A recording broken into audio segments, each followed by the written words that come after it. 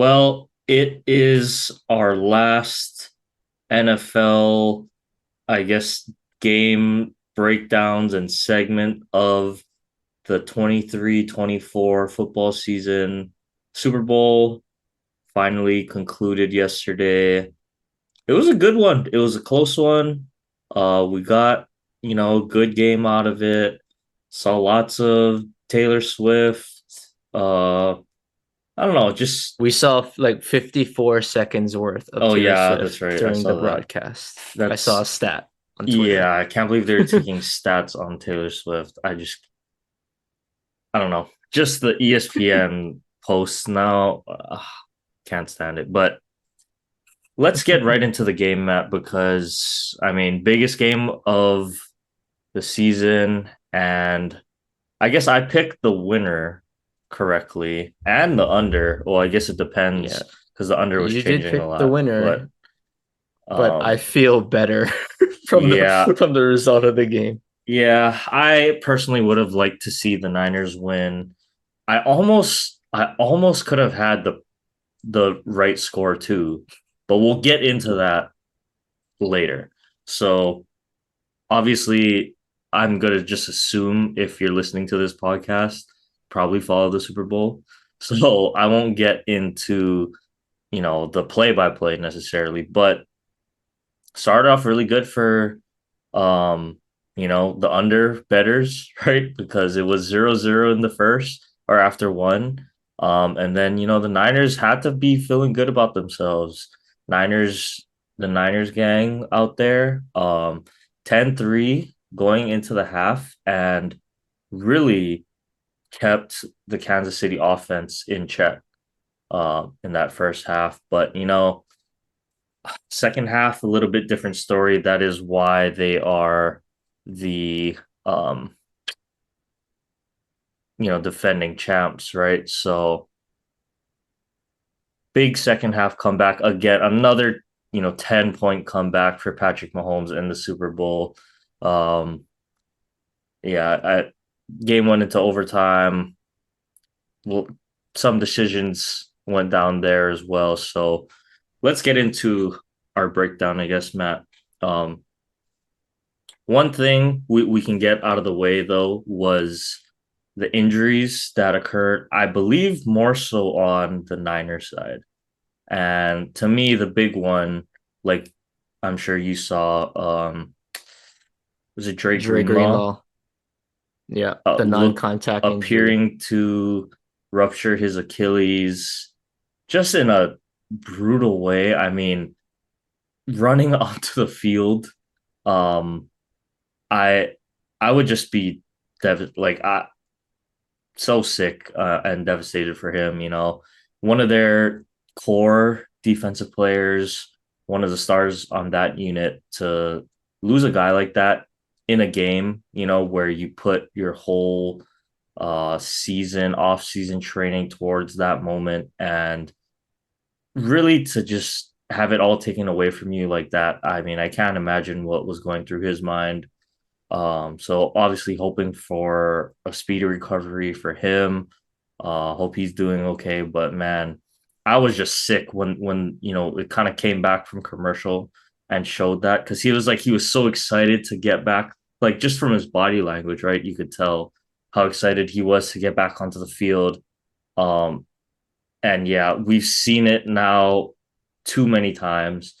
This one was on grass, though. I believe the Vegas or the Allegiant Stadium had grass, so not the turf Achilles that we're used to seeing. But I think, yeah, if you followed football enough, you've seen these Achilles injuries. Unfortunately, happen to one of my team's best defensive players, Jalen Phillips, ruptured the Achilles, and yeah, just devastated for him. But game flow wise as well, I think it did, make an impact on the game. Anytime you lose one of your key defensive starters, especially with how well they had been playing up until that point, right? Um, Saw the backups come in, things kind of changed a little bit, but I believe CMC also got a little nicked up, but he seemed all right. And Debo right? Went out for a Debo little bit. had a scare. Had a scare going into the blue tent as well. Um, and then yeah, I was trying to think though. Kansas City, I think they did lose one person, right? I can't remember off the top of my head.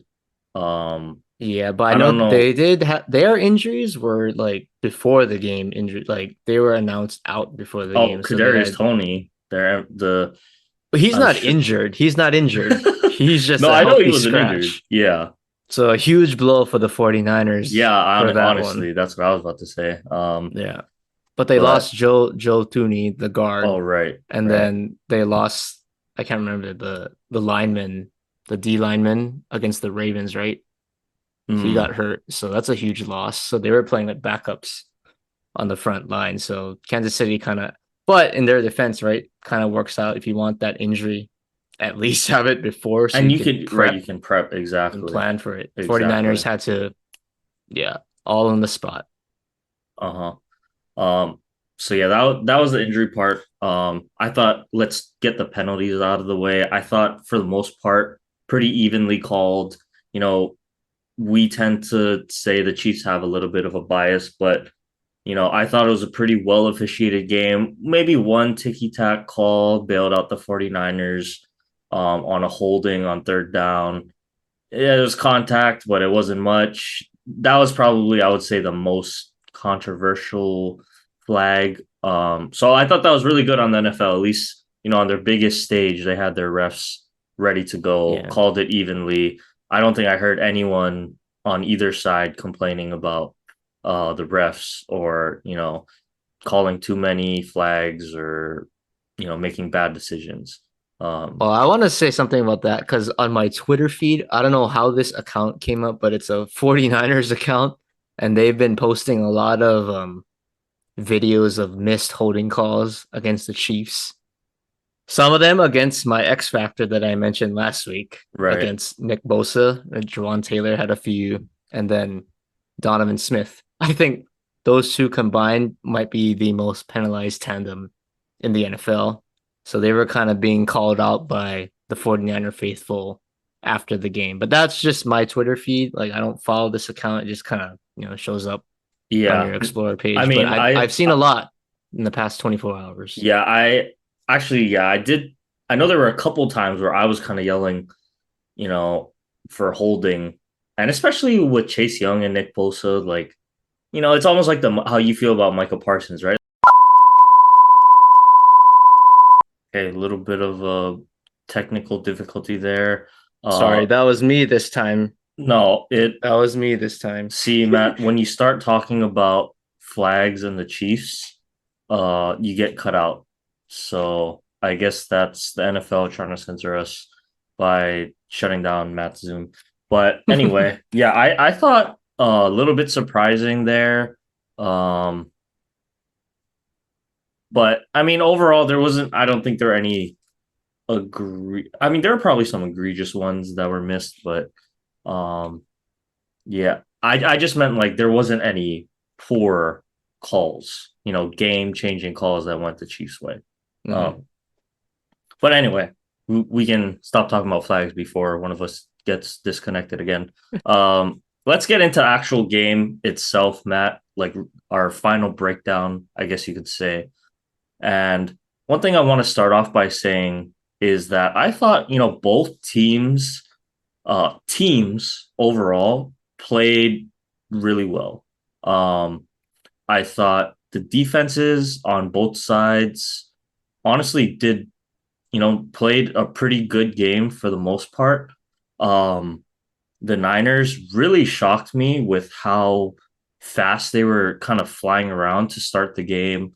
Uh, didn't let Kansas City get Isaiah Pacheco going at all, which was a little bit surprising just because of how poor the Niners' run defense had looked, right? Up until I guess this past Sunday in these playoffs.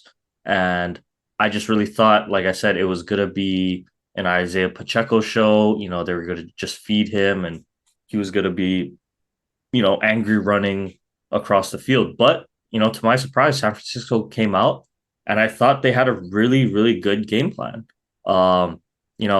In that first half, I think the fact that they followed kind of the recipe for success to stopping all the great ones, Tom Brady, and even what Tampa Bay did to Patrick Mahomes and his Super Bowl loss. They kept him inside the pocket, and they were able to get pressure with four. And I saw at least in that first half when I was rewatching it, I don't think they really blitzed at all.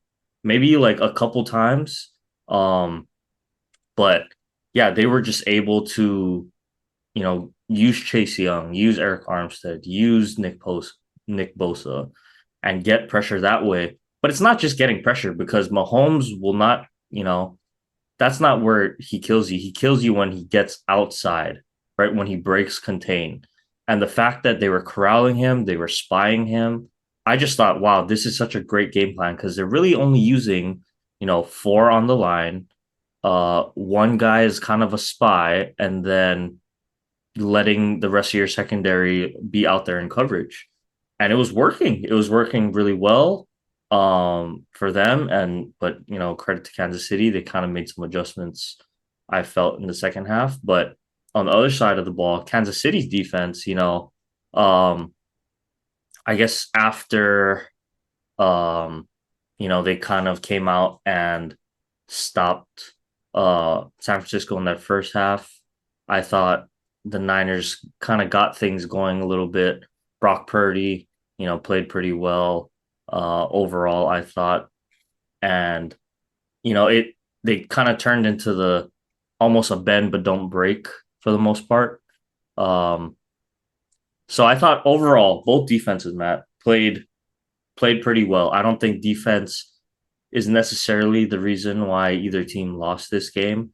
The one thing I will comment on the defense, it's I just didn't like how the Niners changed their game plan on the final two drives of the game. So what I mean by that is, like I said, rushing four the whole time, playing sticky coverage, on Travis Kelce, on Rasheed Rice. And then it's like we get into this late game situation, and yeah, we're rushing four, but we're dropping so many guys in coverage. And what Patrick Mahomes has gotten so good at, is just taking what the defense will give you, right? And so he's dropping back, just taking these little underneath stuff that the Niners are giving him. And here he goes, just down the field, right after the Niners take the lead, down the field. And it's like you look up and they're in field goal range. And so a couple times on that drive too, they blitzed them. And I just didn't understand. There's I think like two third downs, one on the last drive in regulation and once in overtime. They sent the house, and I'm just like, no, because I've seen I it think the throughout these whole overtime one playoffs. was the worst one That was out the of the worst one. two. They sent the all out blitz, right? And he sent It was the it was a perfect, crosser to yeah, Rasheed Rice. Rasheed Rice to get the first down. And I was just thinking, why? Because That was the perfect play you to had counter that. stuck him, the whole time with four, right? Okay, yeah, was he started to run a little bit more? Sure. But, on third down, you have the spy there and you keep him in the pocket. But he's been killing everyone in the AFC that blitzed him, the whole time. So I just saw them line up. I was like, oh, please drop out of this. Sure enough, they send the house. He just fades. Just has to lob it over the line, and there's Rasheed Rice on the crossing pattern, perfectly executed for the first time. I thought that one, I can't believe, they had been good the whole game, just sending forward, getting pressure, contain, and then at that last moment, you decide to send the house, and oh, they were ready for it. I think not only that one, there's a screen, a couple other ones that I was just, oh my gosh, like they're ready for the blitz. He knows where his hot is. I think only one time they blitzed him on third down, and it worked because the coverage, was there on the blitzing side. So anyway, that was my kind of one gripe with that. Um, yeah, Matt. Anything you wanted to chime in on about the defenses? That's actually interesting that you say that you don't blame the defense, but I'm gonna counter that. I think from the Niners' perspective, they deserve some of this blame. I mean, it's not all on their shoulders, but I think there's some criticism and critique that deserves, you know, with that territory because I say it from their perspective is this defense is loaded. A lot of talent, all pro guys at their position at every level, right? You got obviously the Bosa's, the Fred Warners. You lose Drake Greenlaw, but he's there to start, right?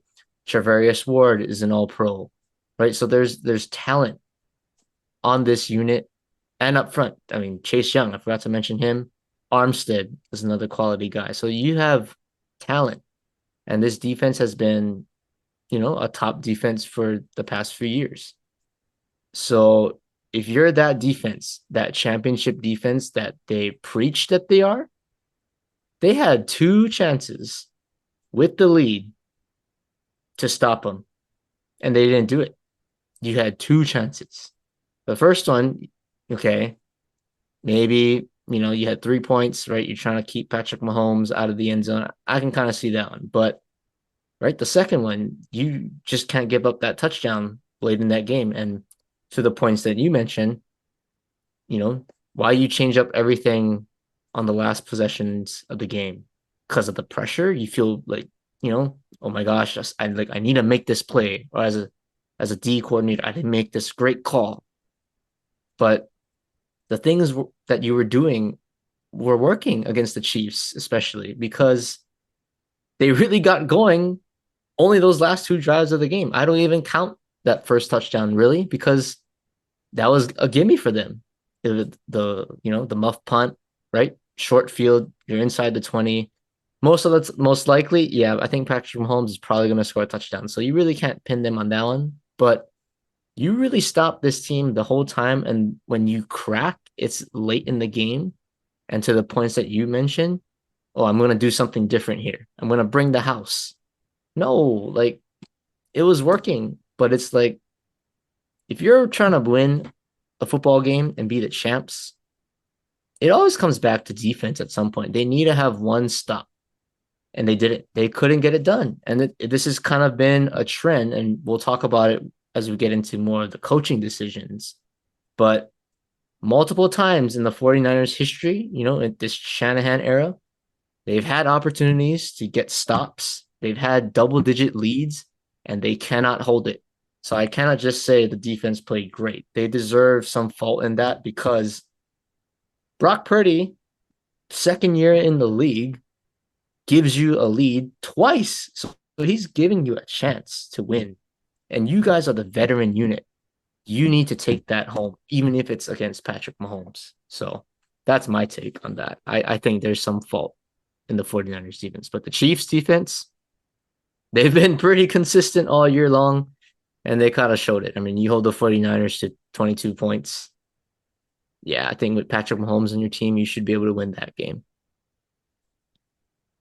Yeah, I mean, I'm not saying they're absolved of blame, Matt, but to me, like it was so close, so closely matched, I guess.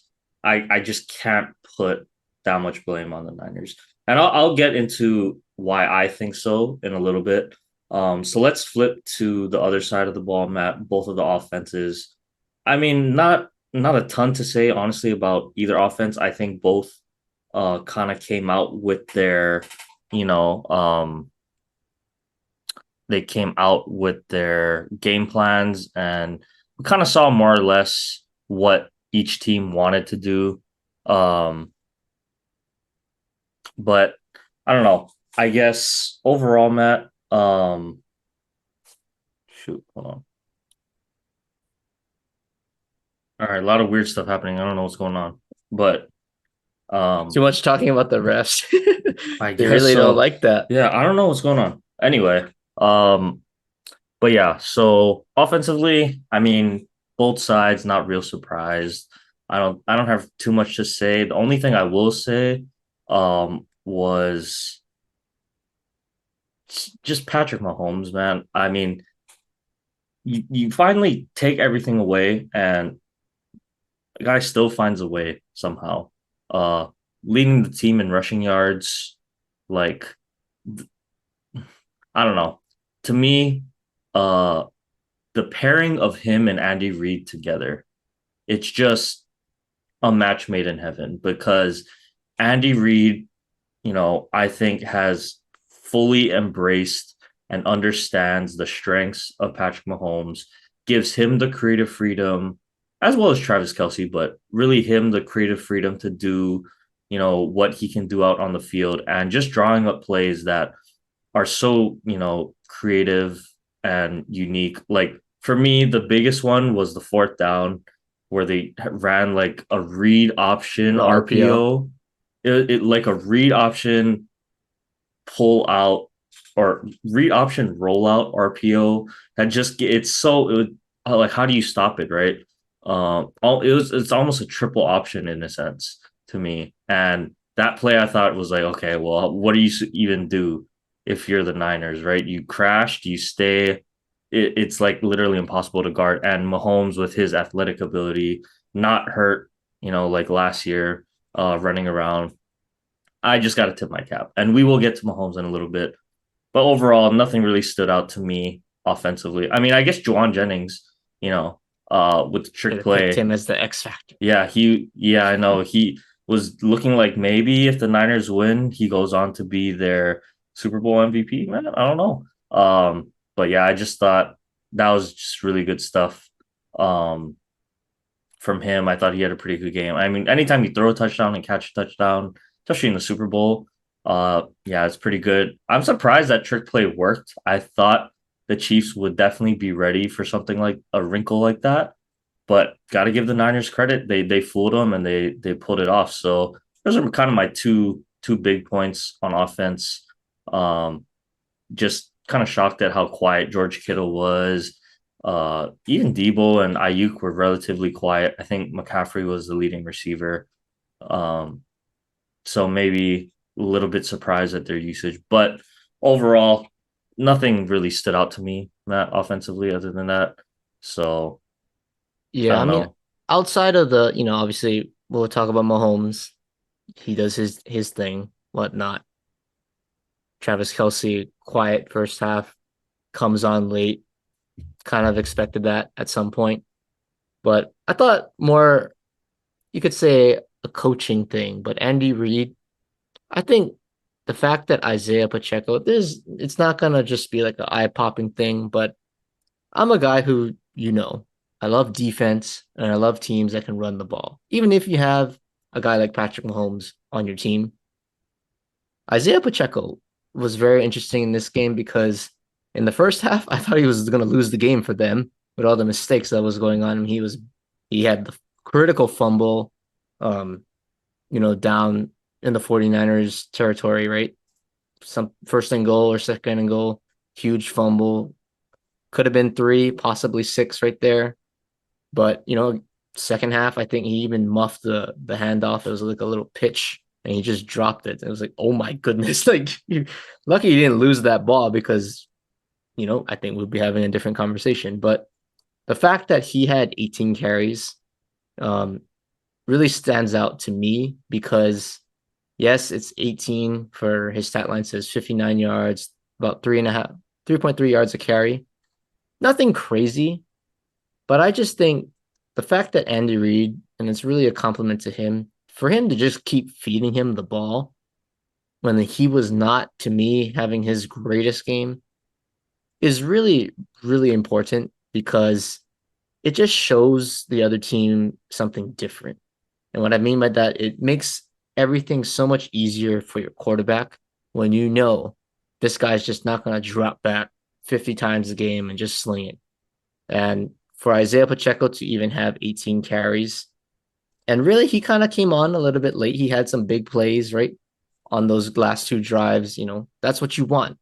Guys to step up in the big moments, but you got to keep giving them the confidence to produce. And it wasn't like Andy Reid said, "Oh, he fumbled, in the end zone or go to goal. He dropped the snap. I'm gonna take him out. I'm gonna put in Clyde Edwards-Helaire. I want to give some of those carries to Jerick McKinnon." Like, no, he stuck with Isaiah Pacheco throughout the game. And I think that's a huge, huge thing for confidence wise as a player to have your coach support you like that. And I think that paid off dividends late in the game because Pacheco didn't have the big play, but he had some small gains here and there where it's like, wow, that was a clutch play. And I don't think he makes those plays if he doesn't get touches that he gets. So that's one thing that stood out. Obviously, the Mahomes, we'll talk about that later. But the 49ers' sake, Christian McCaffrey, I mean, this guy is unreal to me.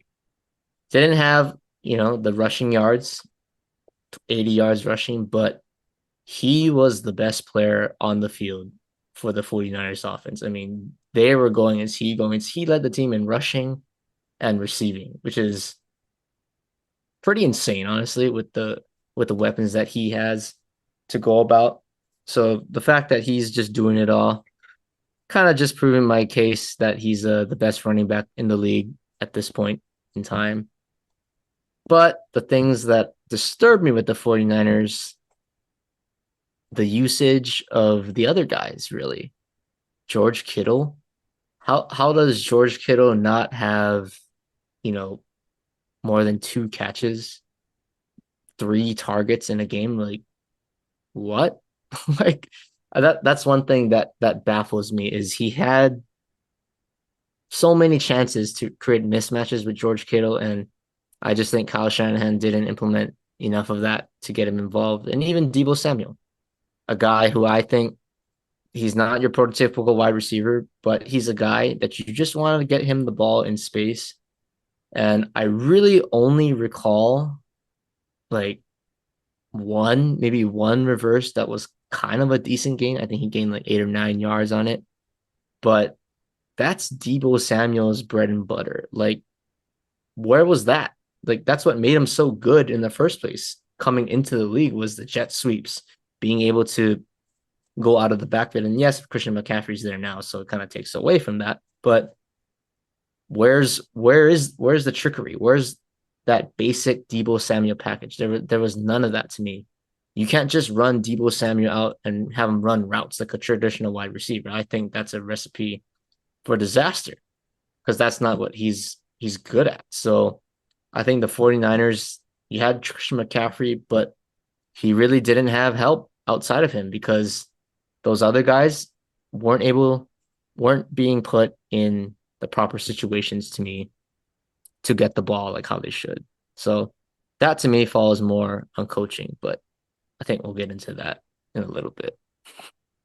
Yeah. And then now, Matt, let's get into, I guess, just the critical plays that, you know, I guess it's more mistakes, honestly.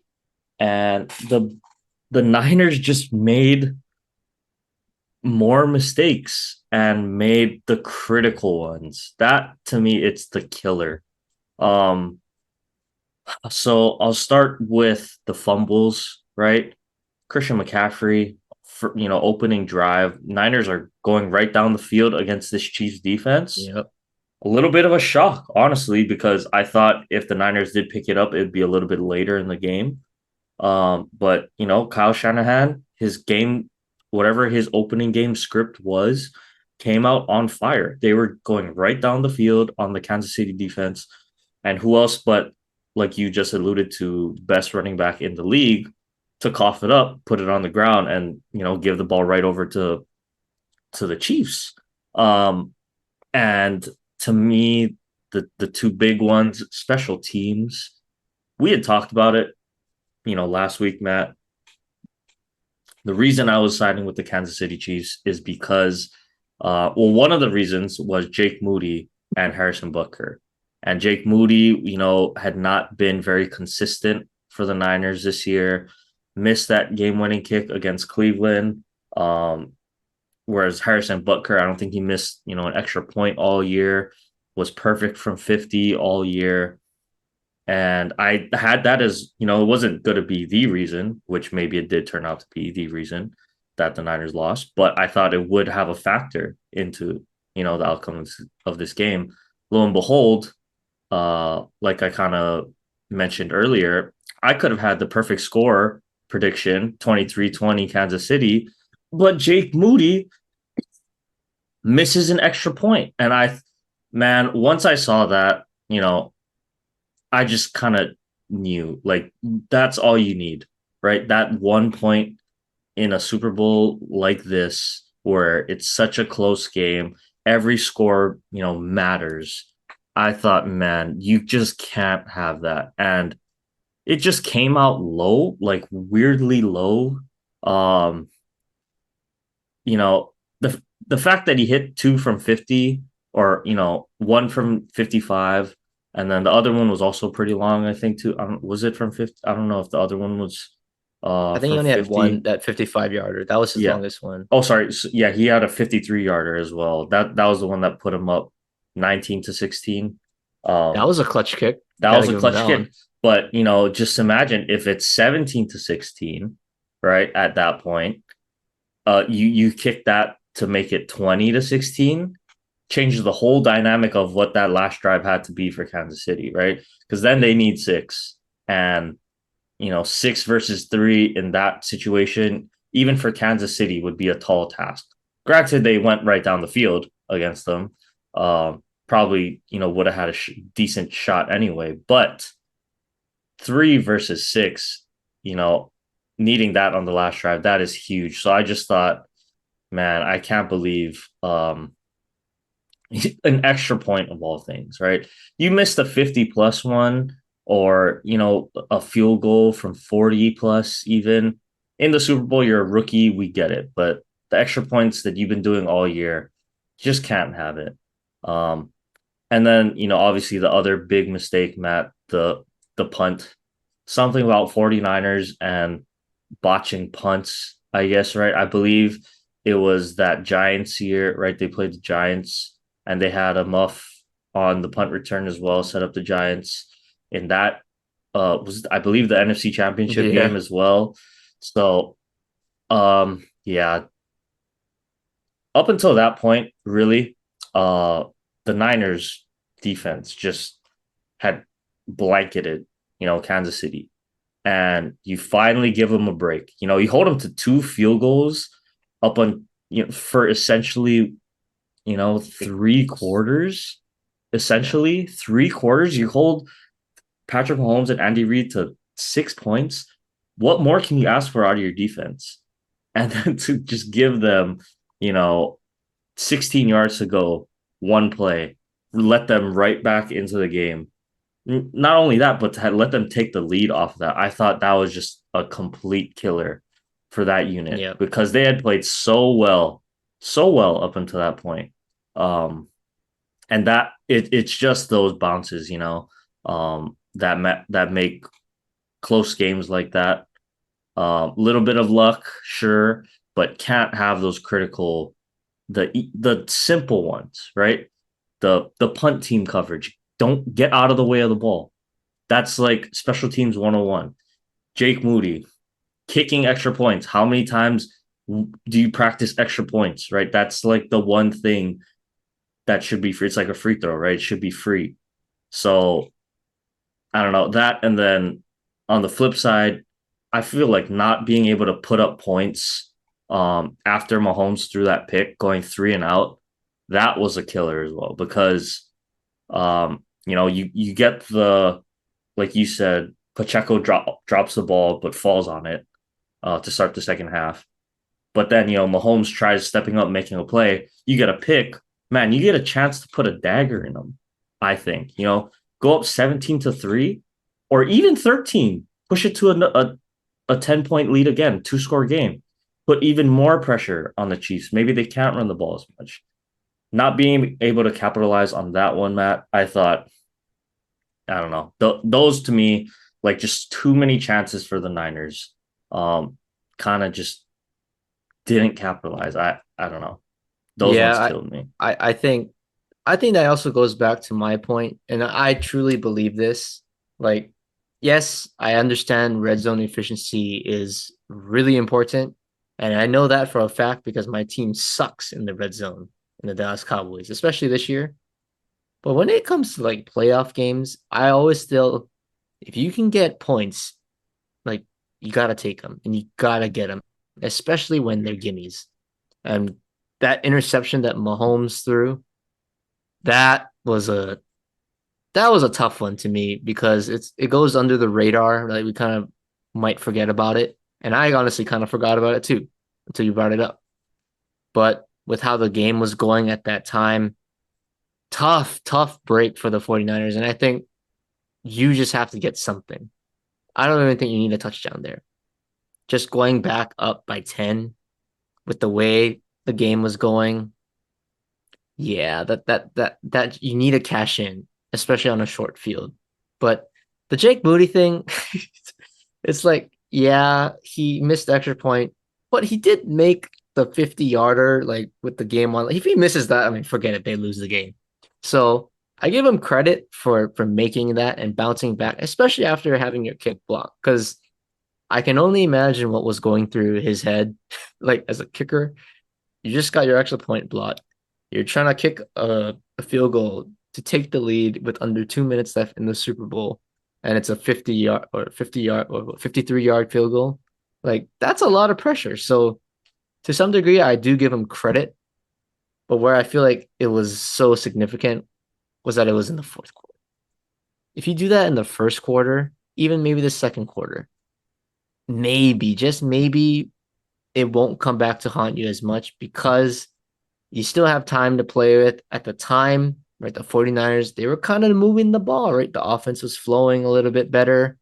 1 point, okay. They got time. They got 3 quarters to make it up, but it's just the moment. People need to step up in the moment. That's what makes guys like Patrick Mahomes, Tom Brady, Michael Jordan. They step up in the moment. They can have the worst game, but in the moment, you just got to deliver when it's crunch time. And unfortunately, yeah, it was in the fourth quarter. Close game. Just the wrong time to have a low kick. Tough one.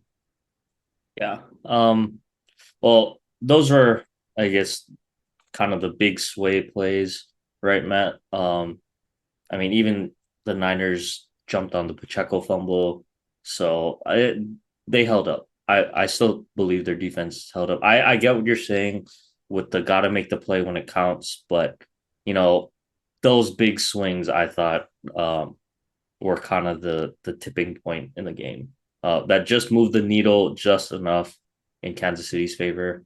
But let's finish on some of the decisions, Matt. Can talk about more Kyle Shanahan's decision, and let's get to one of the bigger ones, which was first in overtime, taking the ball to start.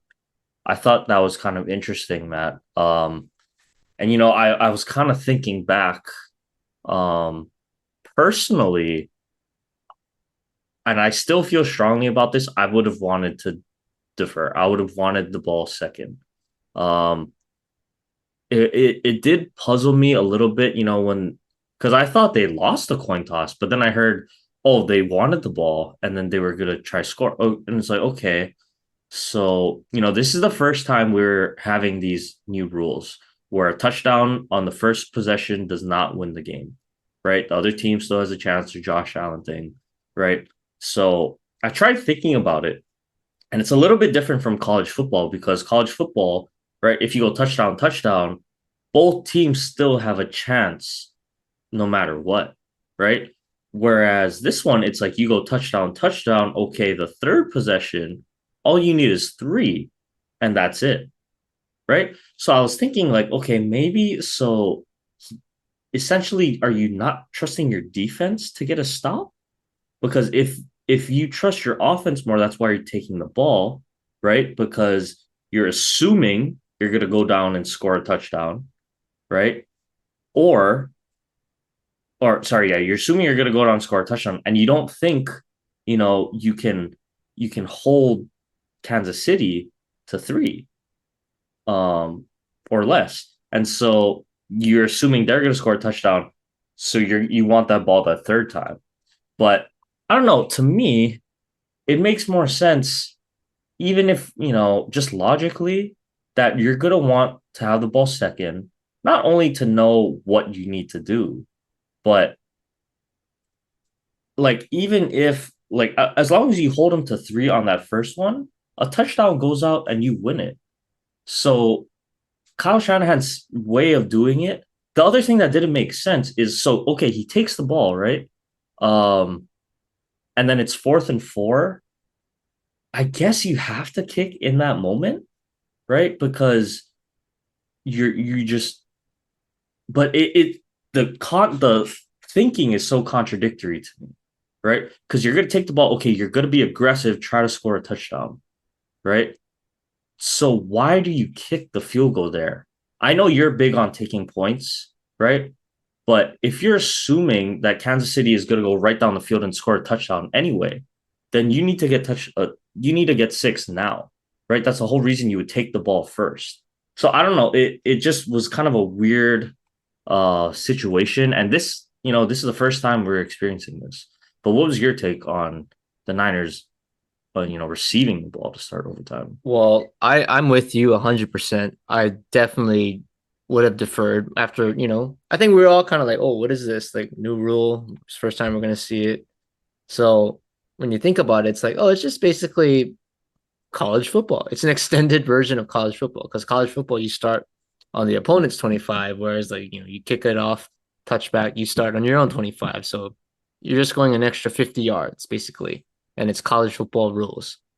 And I would say almost all the time, teams in college football are deferring because you want to know what you need to get.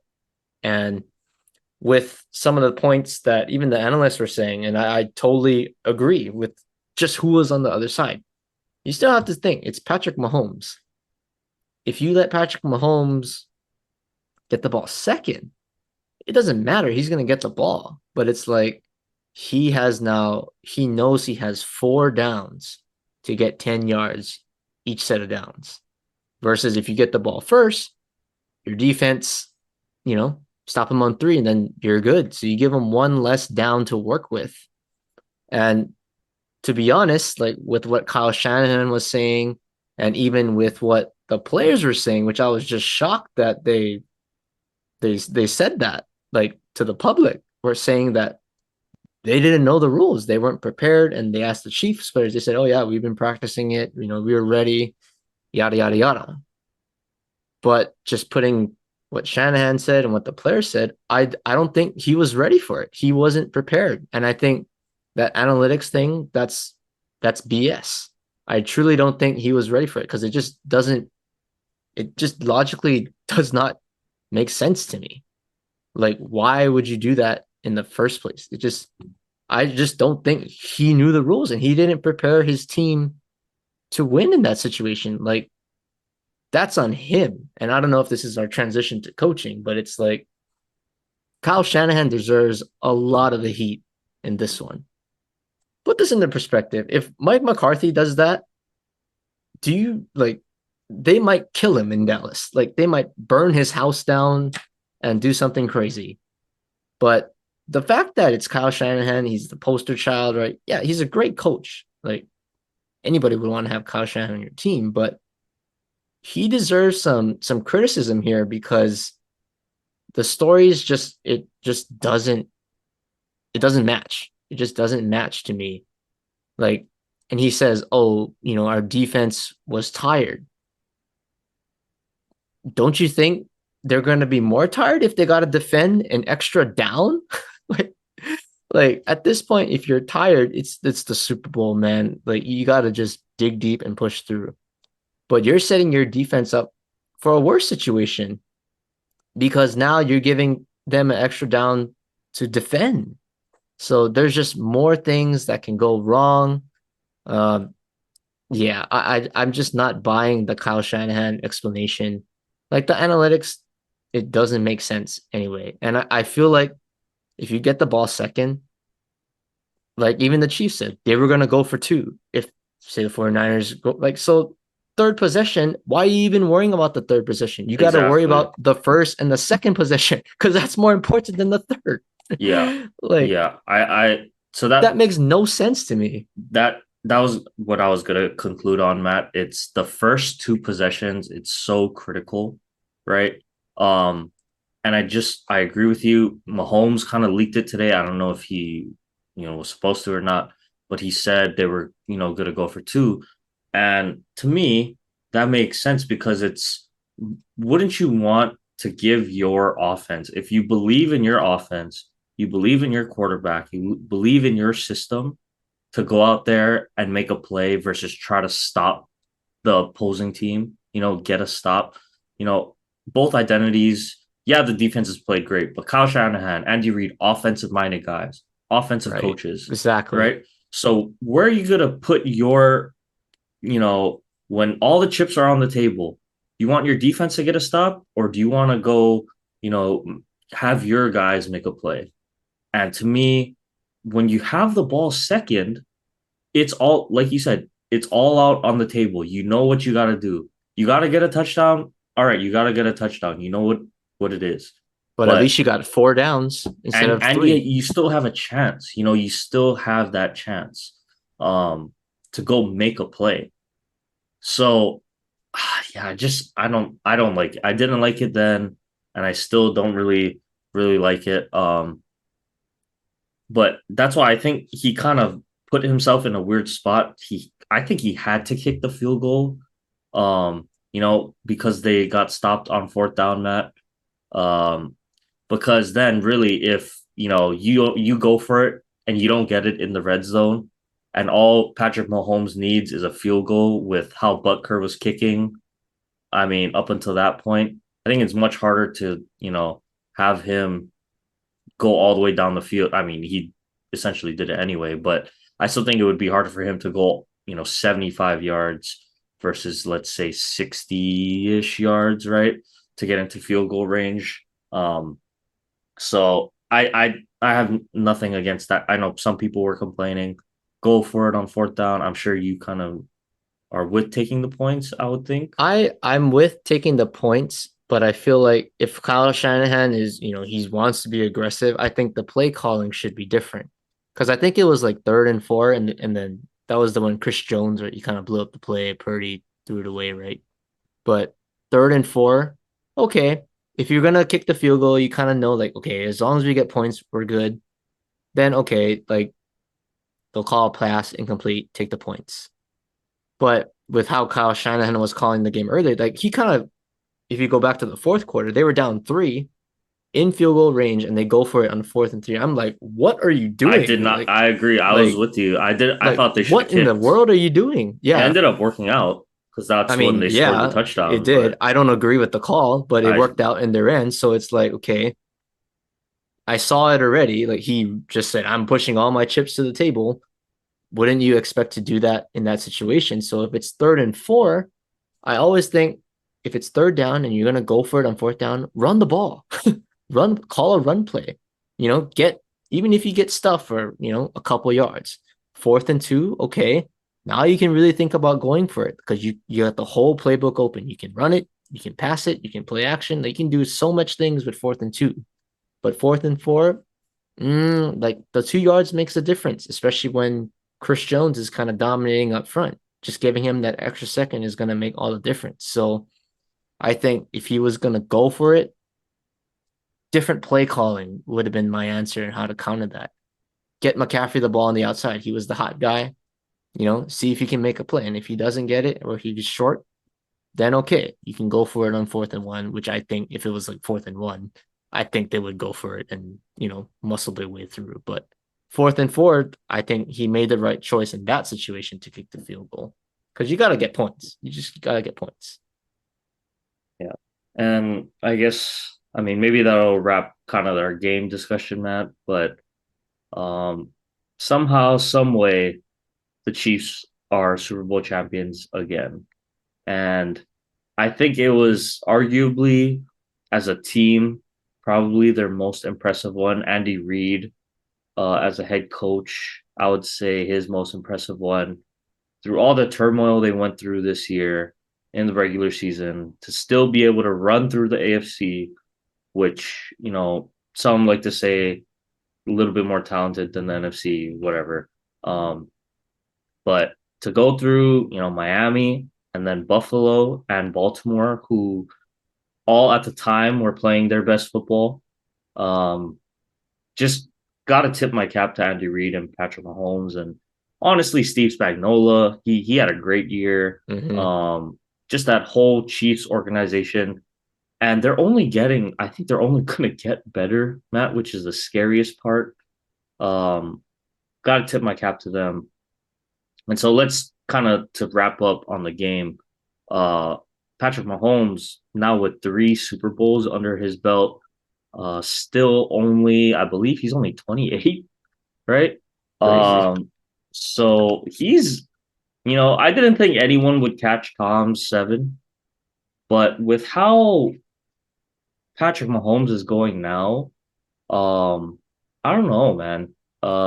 If anyone's gonna catch Tom, I think it's gonna be Pat at this point, at least in this modern era of football that we're in. Where does he place himself now with 3 though, man? I would think um I might have him number 2. Maybe I'm not as much of a football historian, but I know Joe Montana has 5, right? But Patrick Mahomes 3 now with 3 Super Bowl MVPs. Yeah, he has Travis Kelsey, who's all-time leader, but who else does he have? That's really, kind of did it with just Travis and his own legs in this one. Um, I don't know, Matt. I think it brings an interesting question as to where Mahomes is at. But I'll start with this. Do you think he can catch Tom with 7? It's gonna. I mean, I think he has a. He definitely has a shot. Like if you look at how Brady was, like Brady was kind of the same, right? He came out of the gates, he won 3 right off the bat, and then there was that kind of that dry spell where they just didn't get the Super Bowl wins. They got to the Super Bowl a couple times, but they just couldn't cap it off. And then later in his career to kind of cap things off, he went berserk, right? He got what 4 to kind of really cap off his career at the end. So I feel like, yeah, Patrick Mahomes kind of on the same trend, right? Kind of his younger days, right? He's winning, but I still feel like there's going to be a time where there's going to be a pause. I think. I don't think he's just going to keep winning every year. If he does, then he might be the greatest athlete of all time. Forget GOAT in football. But I think to answer your question, yes, he does have a chance. I'm not going to put him over Brady just yet because for me, and this is my criteria, Tom Brady won 7, and one of those was against Patrick Mahomes. So it's like if you're going based off of championships, like there outside of Mahomes is what his running ability, which is how the game is now. But you just look at the intangibles, like reading defenses, making good decisions with the ball, just things that quarterbacks think about with their mind. Like Brady is up there with the best of the best, right? Or he might be the best. So the way that I look at it is that's kind of a wash. Patrick Mahomes lost to Tom Brady twice in the playoffs, one in the Super Bowl, one in an AFC championship. So if they're at 7, say they're 7-7, is he the GOAT based off of championships? I can't say no. I he cannot be because Tom Brady beat him head to head when they were, in their primes. So I think he would have to get to I think at least 8. He has to get to at least 8 to really to me be in that conversation. Do I think he has a chance? Absolutely. I think he absolutely does. He's only 28. So if he plays for another, what is he, 28? He's Even 10, he'll if probably he play another 10 plays years. at least 10 years, barring health. But with the way quarterbacks are going now, like Russell Wilson, Aaron Rodgers, right? He's still playing technically. 12, I say 12 years. Say he gets to So he's 40. 40. Can he get 5 more? That's a little less than one every 2 years. Possibly, I think. But it would have to come I think it's like the end of like it's gonna be something like Brady, but I feel like there's gonna be a gap where they're not gonna win.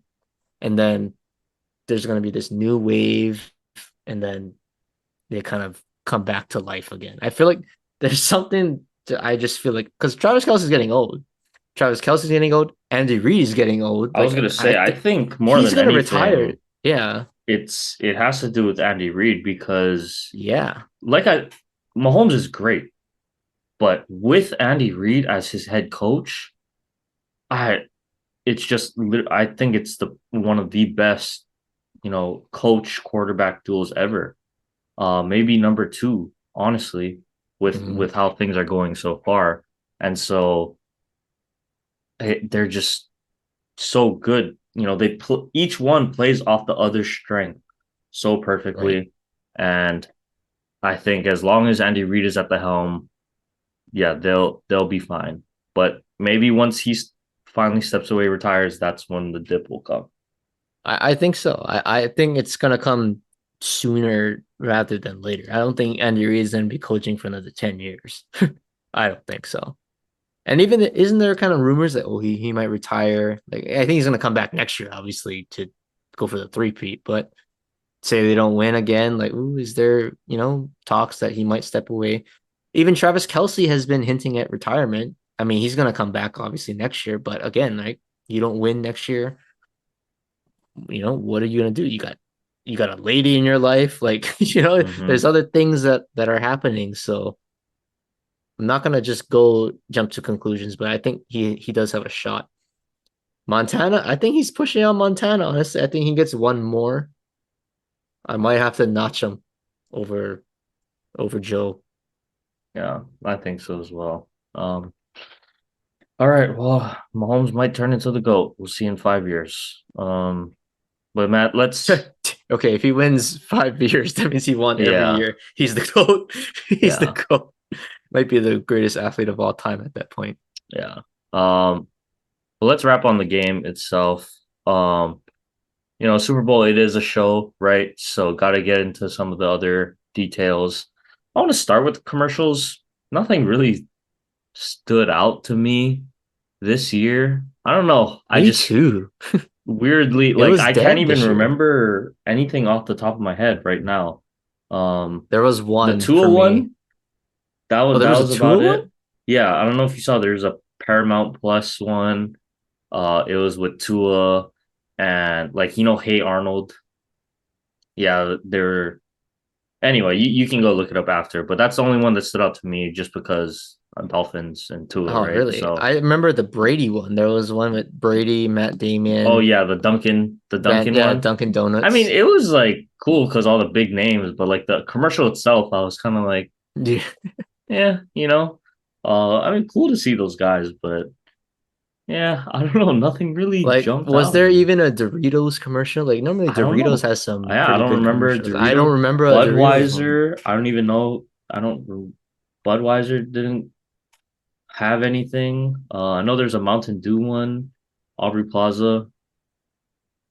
Ah, that's It was it. pretty dead this Yeah, year. that's Honest, that's this might have really been it. the maybe it's because it costs way too much now to have a commercial on. And yeah, I guess so. But it's still a It's like Super average Bowl. of Like, 7 million per like what, like 20-30 seconds or yeah, there something. was Like what ridiculous. was it Timu or Temu? How do you say it? Temu? Yeah, there's a Temu? lot of those ones. Timu? I don't even know how to say it. I don't know. But yeah, weird. Yeah, commercials. Halftime show, Matt. We were a little bit skeptical on Usher. I'm seeing a lot of mixed reviews on this. I wouldn't say it was bad. I don't think it was a bad performance. I thought the dancing, the show was pretty good. The singing was pretty good. He brought out some of the older school, guests, Ludacris, Lil Jon. That was pretty hype. That was Will I Am. I didn't even know it was Will I Am. Yeah. He brought him out, and then her or eight, like it's eight the HER her, Yeah. and then Alicia Keys, right? But I don't know. I thought it was pretty solid. Solid to nothing. Like weird visually or um anything like that. I thought it was a solid show. I had no complaints, but it's not cracking my top 10 or whatever.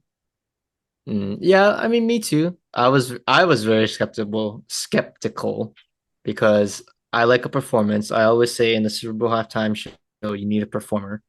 And Usher, performance wise, I thought he was great. I mean, his ability to kind of dance and sing, like that's a huge thing for me in the Super Bowl. And he can move. He can move his legs, move his hips. But it's just the thing that just I can't gravitate towards is I just don't know like his songs like enough. And I just compare it to even last year, right? Rihanna. Rihanna, I think it would have been a little different if she wasn't pregnant. I Hmm. think that made a huge difference. She would be able to do more, but maybe it's just us, our generation. Like I know way more Rihanna songs than Usher songs. That maybe that's just me, but Yeah, probably just a generational thing Rihanna as well. has a lot of bangers to me, and yeah, I like the music, but Usher's performance was that's that's Super Bowl material. Is it a Bruno Mars for me? No, I'm not gonna go that far, but he did some good things. I like the roller skating thing. That was pretty cool. Yeah, yeah, that's pretty cool. And I am glad that he did bring out some guests, like for them, right? I think there was four guest appearances. I Hmm. was waiting for one, though. I was kind of hoping um Justin Bieber made Oh an yeah, I appearance. heard he didn't. I He heard, just didn't want to do it. yeah, and he was at the Super Bowl. He was just chilling with Haley in the press box, just watching the game as a fan. So but if you brought out Justin Bieber, that would have been ooh, that could have been something spicy. But yeah, I mean, Usher checked all the boxes for me. I think it's just more the music, the generation just wasn't my thing. Who I like, we always talk about like, oh, what song is he gonna sing first? Like, I didn't even know what song that was, honestly. Like, what song was that? I don't His even think I go-to know song. either. Yeah. Because I was at Hunter's house, and then Hunter was like, "Oh, I'm betting $20 like with his girlfriend that it's Daddy's home." That was Oh his bet, yeah. and I don't even think he's singing No, Daddy's he. home. Oh, he did. I think he did. Oh, he But did. Oh, yeah, I was I mean, like, "What?" I thought it was good. I thought it was good. I thought it was good. Yeah, But yeah. So it wasn't awful. So that's the main part. Good job. Good job, Usher. yeah, Um. Okay. Well, can finally close the chapter on this season, and I guess even start to look ahead to next season because you want to talk about Mike Zimmer. I guess is it confirmed now because you kind of hinted at this last week, but reportedly he is going to be the new DC in Dallas. I think you're happy about this, right? yeah. I think so. Yeah, it was officially reported today, and there was actually reports earlier that Adam Schefter said that, oh, it's not finalized because they're still considering Rex Ryan as a defensive coordinator option. But a couple hours later, Schefter said, yep, it's finalized. Zimmer's the guy. Um, yeah, I kind of touched on it last week, but it's official. But I'm not going to jump for joy, but I feel like Mike Zimmer and what I'm hearing is he's kind of bringing that old school mentality. And I think that's something that this team needs. And really, just what I've heard from even Micah Parsons, like with his podcast this week, and Demarcus Lawrence made an appearance on First Take. He had an interview with Stephen A. and Shannon, and some of the things that he said really disturbed me. As a Cowboys fan, he said that, oh, they asked him, oh, why did Dallas, struggle against Green Bay? And his answer was, oh, we were burnt out. Burnt out? Like what? How burnt out? Everybody is the same. Like, so if you go advance in the later in the round, oh, I'm burnt out. Like, what the hell? Like that is such a loser. That's such a loser response to me. But I think that goes to being you got to bring the culture back. You got to bring a physical team back. Like that just shows me that's a weak mentality. That's a loser's mentality. Mike Zimmer, he was a coach for Dallas a long time. He coached a Super Bowl championship team with the Cowboys as a DC. The players were a little better on that team, but I think bringing that old school mentality is something that this team needs as a culture change. Mike McCarthy is not that guy. He's not going to jump in your face and get get down on you. And to some degree, you can't do that. But there needs to be a balance where it's like you're with the modern generation of coaching, the young mindset, but you can't just forget about the old school ways. Some things still work. And I think discipline is something that this team lacks. And the old school guys have a lot of discipline to me. So if Mike Zimmer can get this team to be disciplined on defense, not jump off sides every 2 plays, and be physical in the run game, I think this will be good. But just if he can start to change the culture of this defense and be more physical, that'll be a huge, huge plus for us because we weren't physical under Dan Quinn. We weren't. We were made on speed. We need to be made on speed and power. So I'm hoping he can bring the best out of Micah Parsons. Obviously, the draft is going to be huge in free agency, but it's something. It's something. Not going to jump for joy. I'm not going to sulk. I just need to see results first. But from what I'm hearing, I'm okay with it so far. Okay, sounds good. Well, let's officially close on football. Um, get to some basketball talk here, Matt. Trade deadline went down. I would say, in terms of the past several years, one of the more uneventful trade deadlines. But let's do a little game, I guess, here. I'm only going to name the big trades for teams I consider contenders or the contenders that were the receiving ends. So I'll run through a couple, the big ones, and then you kind of give me which one you like the most. Um, so Gordon Hayward goes to Oklahoma City to join that young core. The Knicks, they get Alec Burks and Bogdanovich, right? Kind of a big jump there. They get to escape Detroit. Pacers and the Sixers, interesting, trade here in the East. I always think it's interesting when teams, especially two teams contending against each other, trade pieces like that. But nonetheless, Buddy Hield to the Sixers for Marcus Morris, Korkmaz, and 3 second-round picks. Then we also have Xavier Tillman, backup big. He goes over to Boston. Uh, I know the Hornets, they're not contenders, but they are sending PJ Washington to Dallas in exchange for Grant Williams and Seth Curry and a first round draft pick. Then we have the interesting one. Pat Bev gets traded over to the Bucks. And finally Spencer Dinwiddie signs with the Lakers. So, some pretty big ones. I'm curious to hear which one do you think is, I guess, biggest and going to be the most impactful trade for teams down the stretch. I think out of the things that you or the trades that you mentioned, I'm gonna have to go with the Knicks one. I think getting Bojan Bogdanovic and Alec Burks, that's some solid pieces. I mean, you give up Quentin Grimes, but I think I'm looking at who they gave up. Malachi Flynn, young role player. I'm not gonna sweat too much about that one. They get out of the Evan Fournier contract, which I think is huge. I think he has a huge contract. I don't think anybody wanted him, but somehow they got away from that. Archidiakono.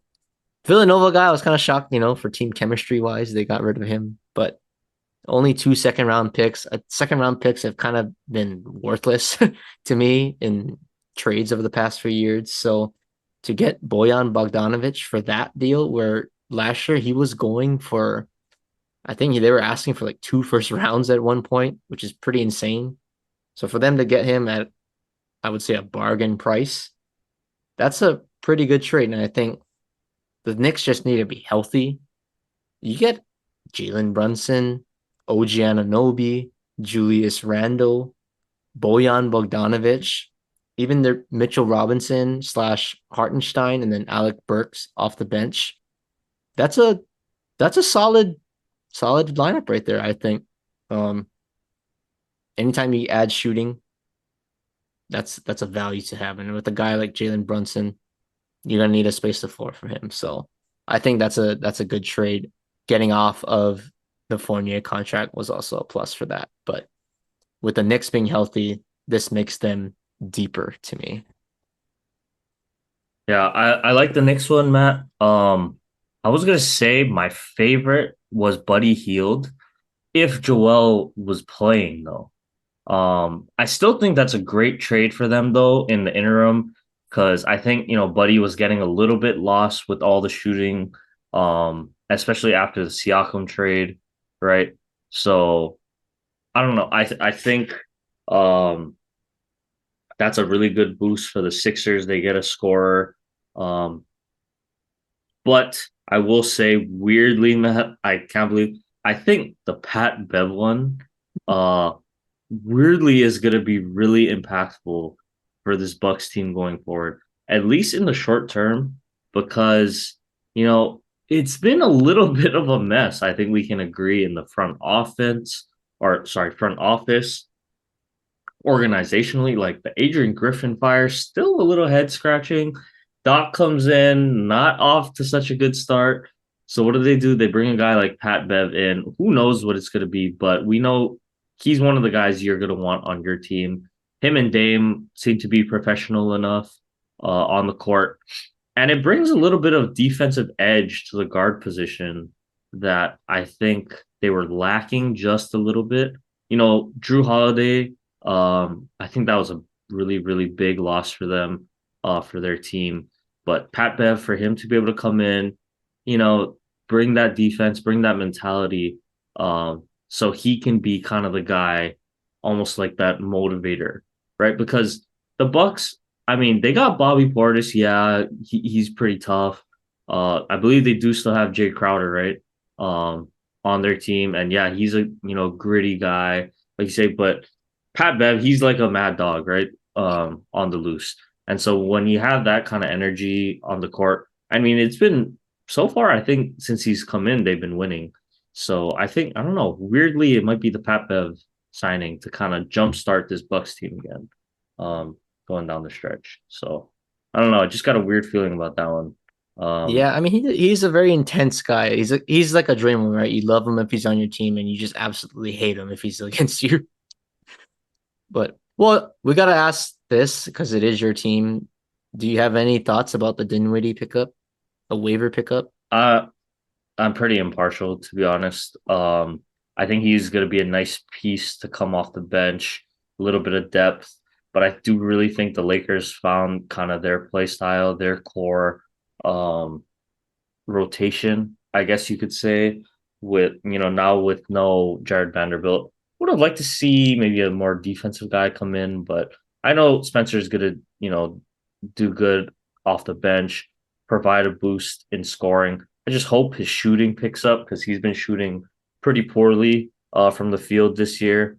Maybe it'll be the reverse Laker curse. That's what we have to do. You don't bring in good shooters because when you bring in good shooters, they do bad. So maybe you got to bring in the bad shooter, and then they'll do good. So maybe it's a little bit of the reverse thinking from Palinka there. But I don't know. I think we kind of found the rotation with D'Angelo, with Austin, AD, Braun.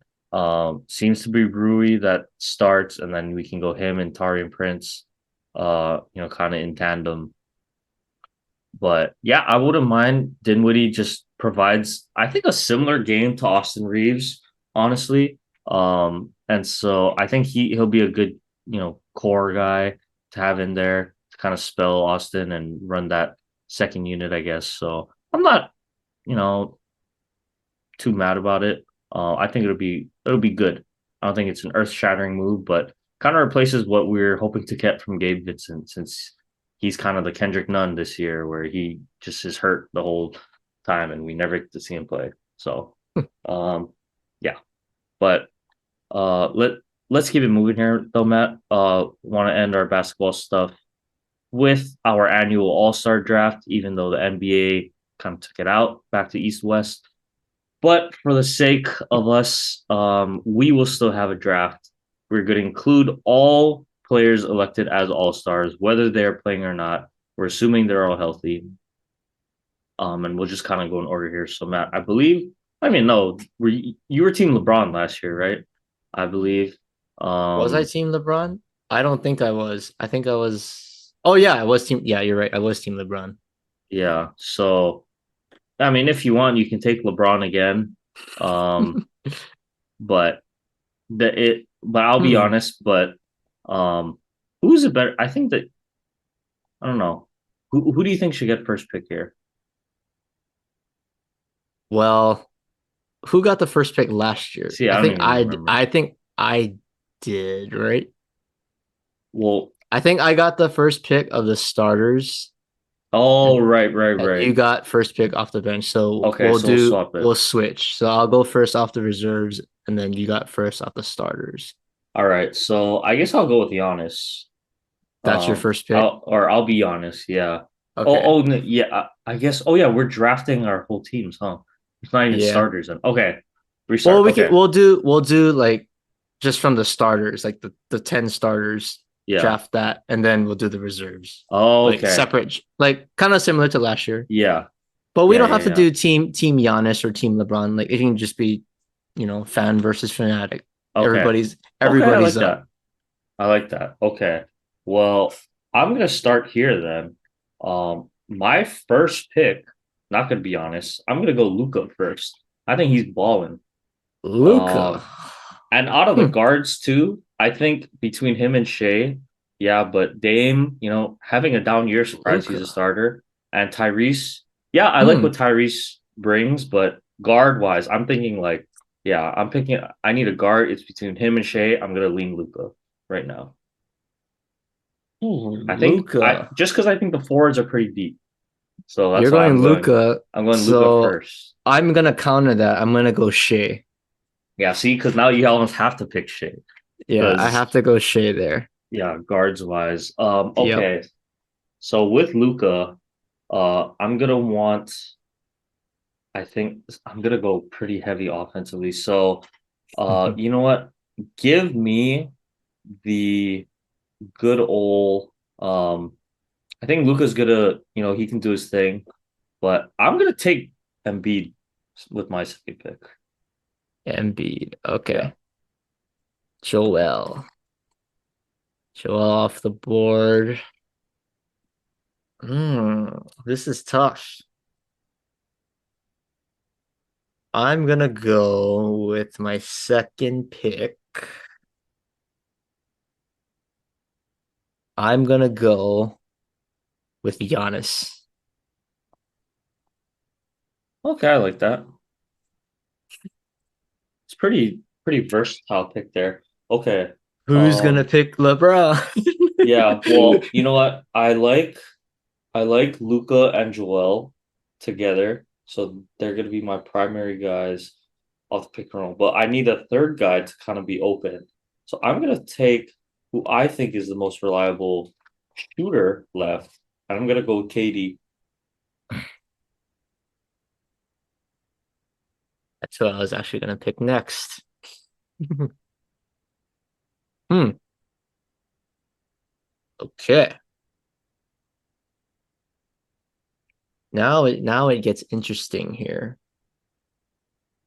So Shea, I kind of want the ball in his hands, but he could definitely play the two, I think.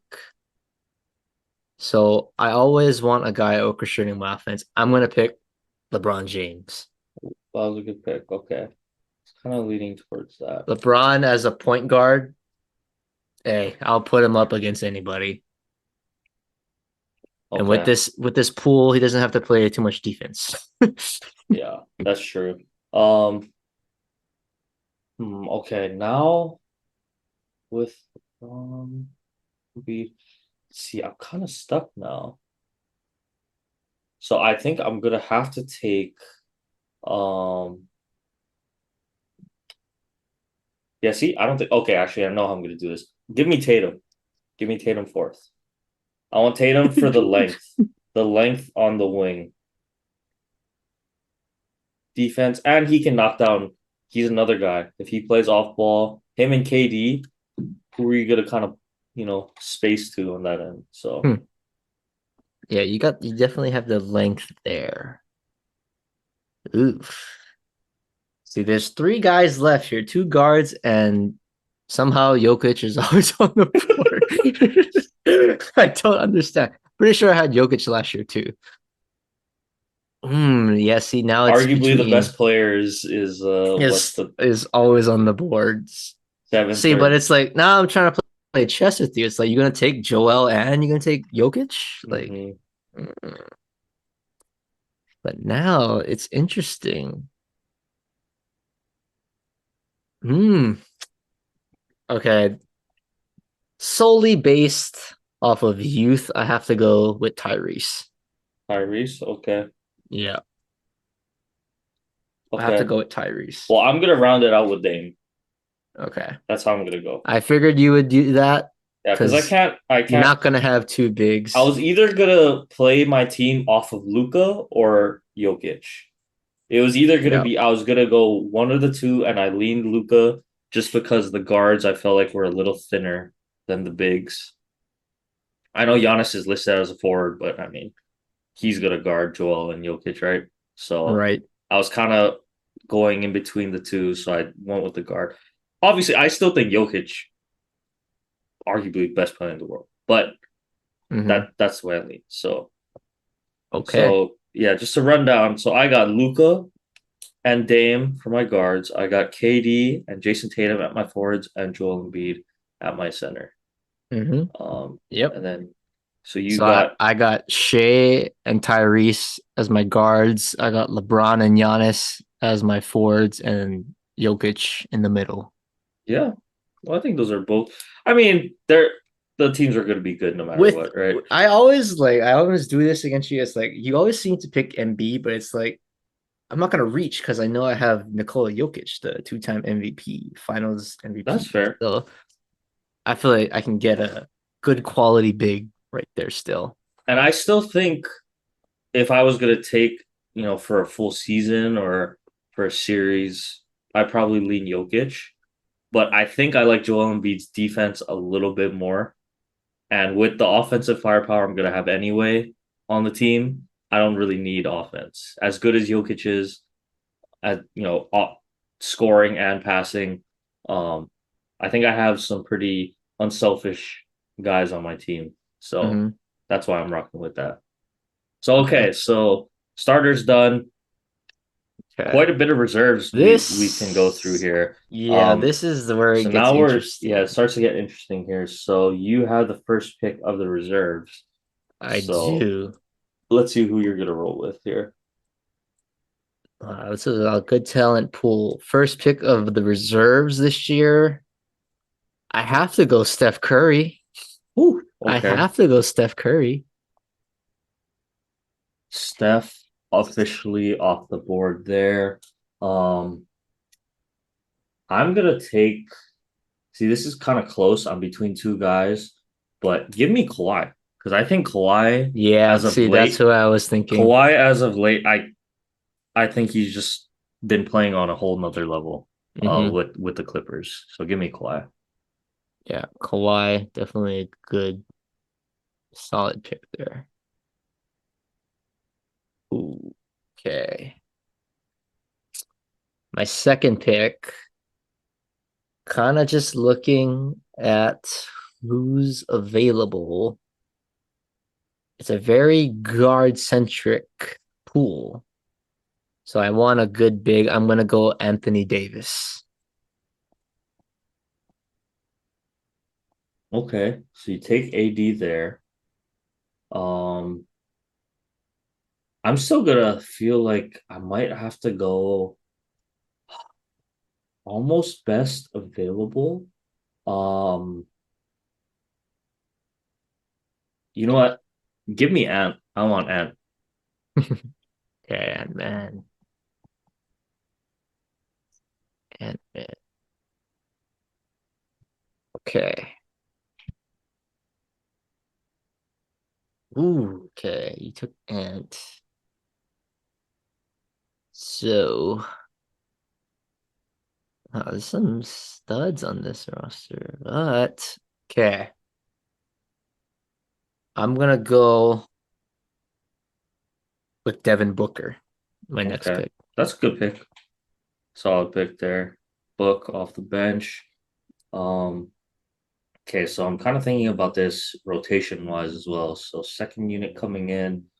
Um, I want a guy that's gonna kind of come in and help facilitate an offense a little bit. So give me a guy who I thought should have been starting, Jalen Brunson. Okay. Jalen Brunson.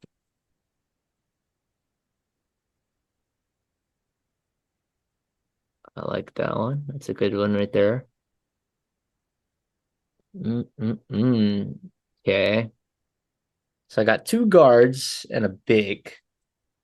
I think I need a wing, so I'm gonna go with Paul George, Oh, George, yeah, that's a solid pick there.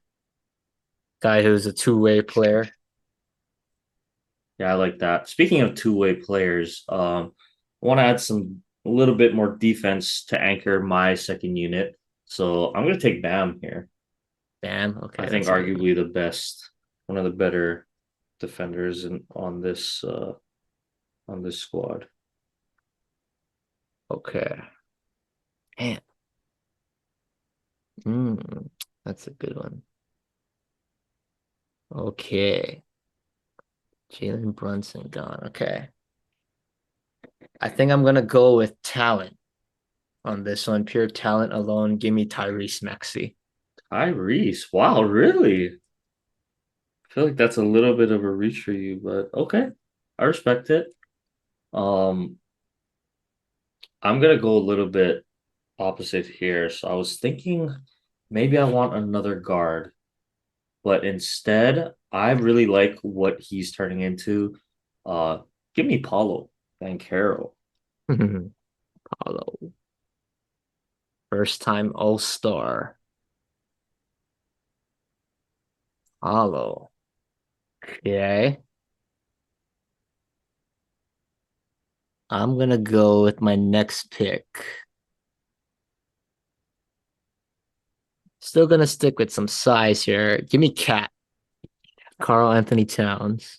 Okay, I respect that. Having a very underrated year, I think, with Anthony Edwards kind of stealing the show. He's having a solid season, I think. Yeah, I think so. Someone who else I think is having a really underrated year because he's in Cleveland. Give me Donovan Mitchell. Okay. It's Donovan Mitchell. 28 a game, kind of Hmm. being slept on right now. Yeah, I feel like scoring is not the issue here. I mean, I think all these guys can put the ball in the bucket. Okay, so let's recap.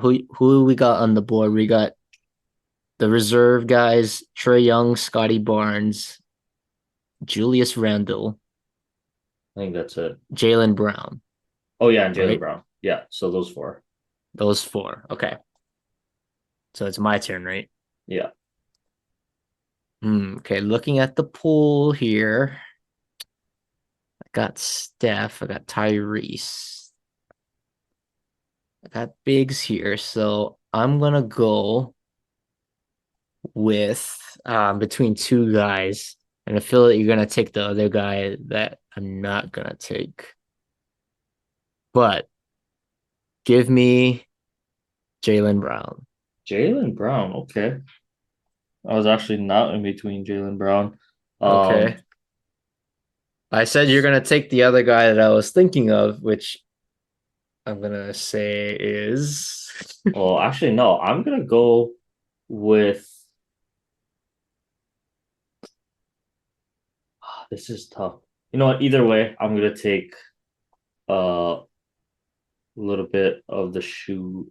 I think Brunson though. Brunson and Dame. You know, I'm sticking with size here. I'm gonna stick with size. So give me Scotty Barnes. I think he's having a so really good year. that's the guy that I was thinking of right there. Okay. I wanted a wing because there was two wings left, and I knew you were gonna take him. Okay, so So between there's two guys left then. Trey Young and Julius Randle. Okay. Who do I prefer on this team? Mm-mm-mm. Just based off talent alone, I'm gonna go with Trey Young. to round out my team. Yeah, I was thinking I want Trey, but you know what? I want to stick with a little bit of size here with already Brunson and Dame on my team. Even Donovan Mitchell, he's not that tall, so Julius Randle, something about Julius Randle. yeah. I mean, he's a good player. He's good. He is a good player. Okay. All right, so I guess we'll post these and have everyone vote on who we think has a better squad. Yeah. Um, I don't know. I'm There it pretty. is. I'd say I'm pretty content with my team overall. I think I have a little bit more of the defensive side, though. I will say, Mm-hmm. even though you have Giannis and AD, Jalen Brown. I don't know. PG. I don't know. And something about Embiid. KD plays really good defense. Kawhi, Bam, Scotty Barnes. I think some athletic guys out there with a little bit of shooting. I think your shooting is much better. I will say overall. You got Steph. You got Book, Maxi, Trey Young. Right. I don't know. It would be interesting. See how Yeah. these how it I mean, in a everyone what hypothetical everyone world, I thinks. would have Steph Curry starting. Let's put it Right. that way. Right. But it's like, man, I could go defense, like just AD, Giannis, Paul George. I mean, a lot of matchups, I think. But Hmm. Steph, I think I would start Steph and I would knock somebody else out of the starting lineup, honestly.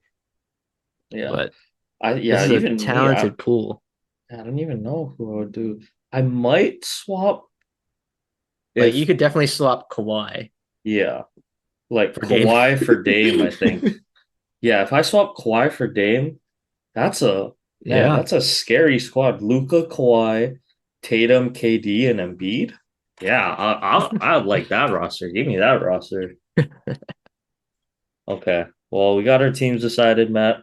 Um, yeah, we'll see how what everyone thinks about that. But let's kind of finally wrap it up here. UH basketball, we got 2 wins somehow, so maybe the season isn't doomed. Oh yeah, we did. So I did go to one of those two games, and I went to the good one on Thursday. They did win in overtime.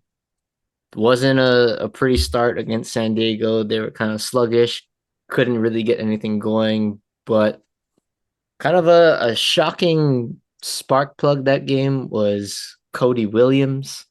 Javon McClanahan is out with a shoulder injury, so he did not play. So Cody Williams stepped into the backup guard position, and he delivered in a big way. I think he scored. Yeah, he did score 13 points off the bench.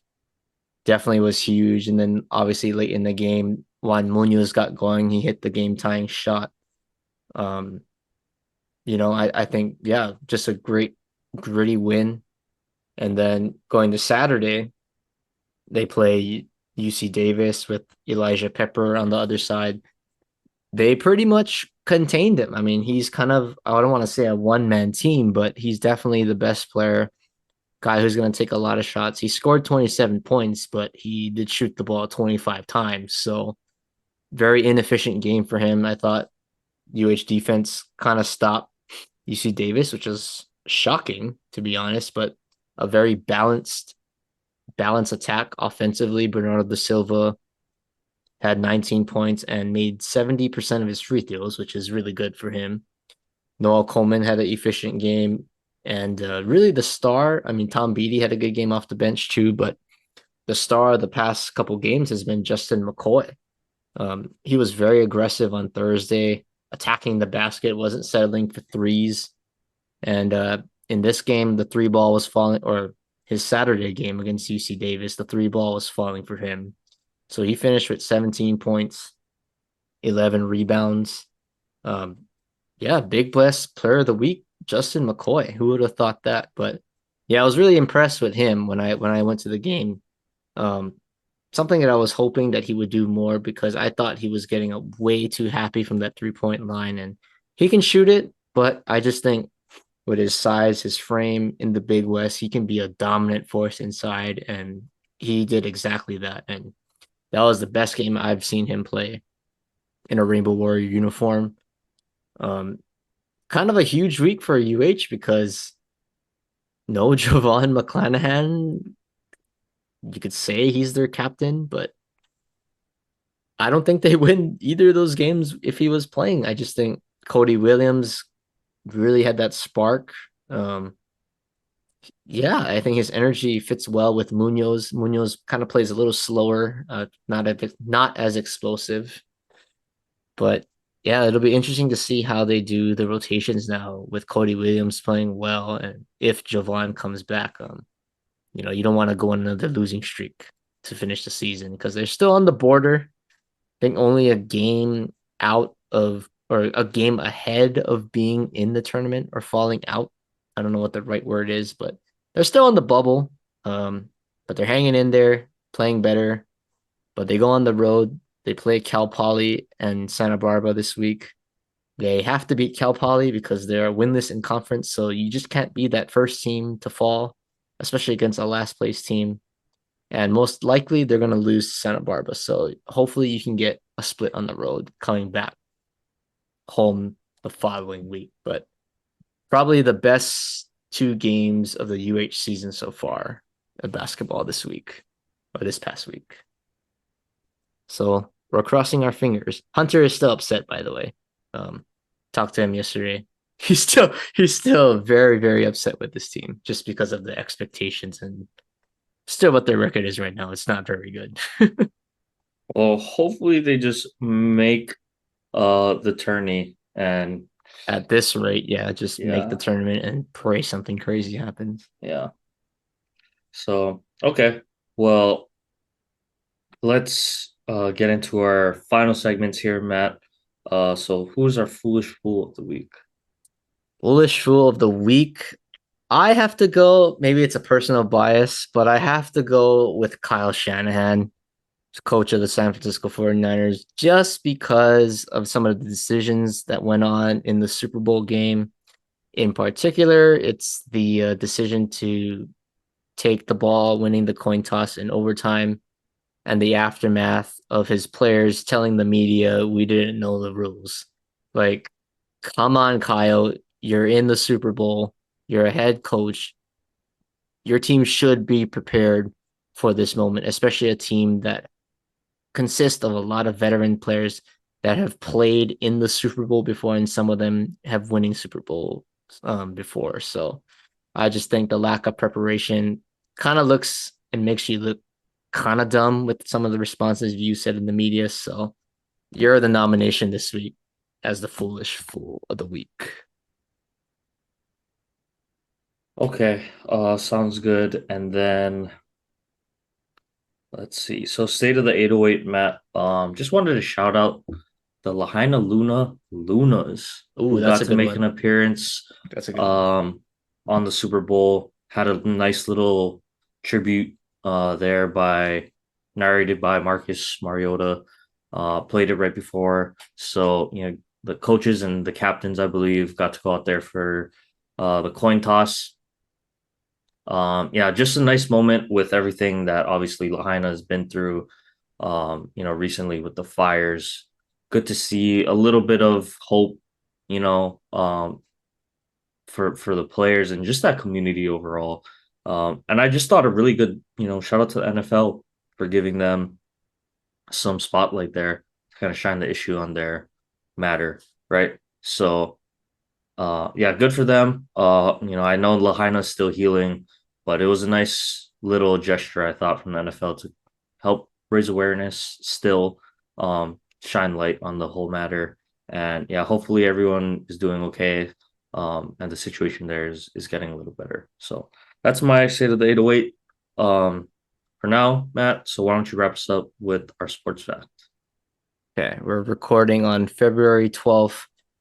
I'll take it back to last year's. And just so happened last year's Super Bowl, Kansas City against Philadelphia. Kansas City Chiefs win 38-35 with Patrick Mahomes winning the MVP. Do I sound like a broken record? Because that was the start of now back-to-back Super Bowl wins for the Kansas City Chiefs last year. So I guess it's the dynasty all over again. It's the Patriots incarnated in red. But that's our sports fact of the day. All right. Well, sounds good, Matt. Um, yeah, really went in depth. So we'll kind of wrap on football for now. This season, get into some basketball stuff. So look out for a lot of basketball content coming your way. But yeah, thanks again, everyone, for listening. Hope you guys had a good week so far. Have had a good Super Bowl. Drive safe because I saw some crazy stuff on the freeway yesterday driving home from the Super Bowl party. Uh, it was pretty nuts. Like this motorcycle crashed into the side of the wall, on the freeway right in front of us. So yeah, just hope Right in front of you. Like right in you front saw. of us. Yeah, we saw it. I like called 911, but the guy like got up somehow. He was like must have been going like 100 miles an hour on the freeway, um, crashed into the sidewall, and then was somehow walking up with his bike. So he was okay. I think. I don't even know. Holy cow. Yeah. So like I said, everyone, hey, please drive safely. Who needs Just KH12 news, man? You got no, the fan and that fanatic. was that was crazy. I don't even know. Anyway, but yeah, so everyone, stay safe out there. Thanks for listening, and we will be back.